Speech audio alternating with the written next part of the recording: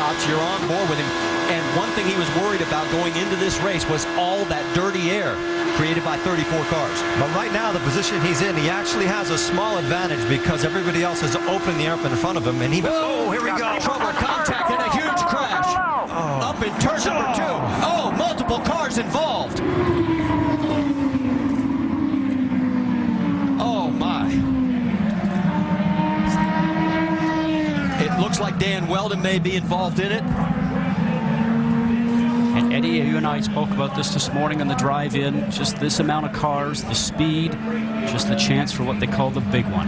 And what happens in conditions like that, when you're, even if you're 300 yards behind that, you cannot stop these cars. The only option you have is to try to avoid it, and it was impossible to avoid anything there. And you saw willpower.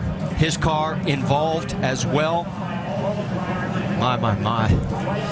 What a mess. That's Townsend Bell that was, I think his car was up on its side there, the 22. 15 there of Jay Howard. An additional entry, excuse me, is up to 19 to 15. I can't see with the sun shining there. Some of the car is broken. They're showing that as Alex Lloyd, the 19. It's the 15 of Jay Howard. Yes. One of the cars actually flew for about 200 yards in the air.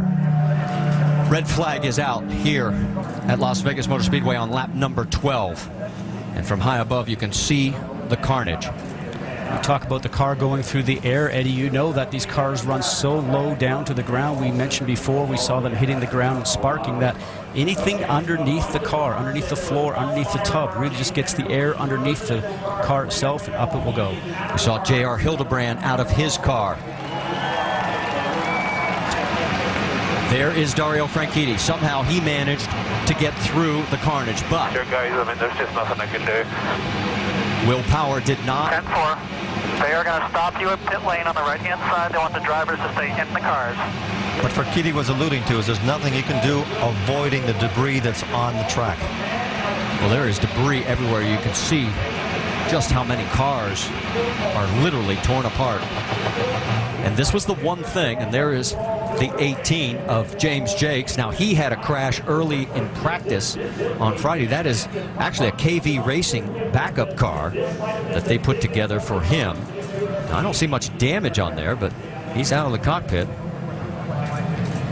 And look at this from high above. And this was the one thing we were fearing when we saw qualifying and the two championship contenders in the middle of the field. A big crash like this early in the race. What happens in accidents like this is that a single mistake by anybody, which might be dirty air, could be anything, multiplies itself so fast that you start accumulating cars. There's no way that you can control what happens. Once you start spinning at those speeds,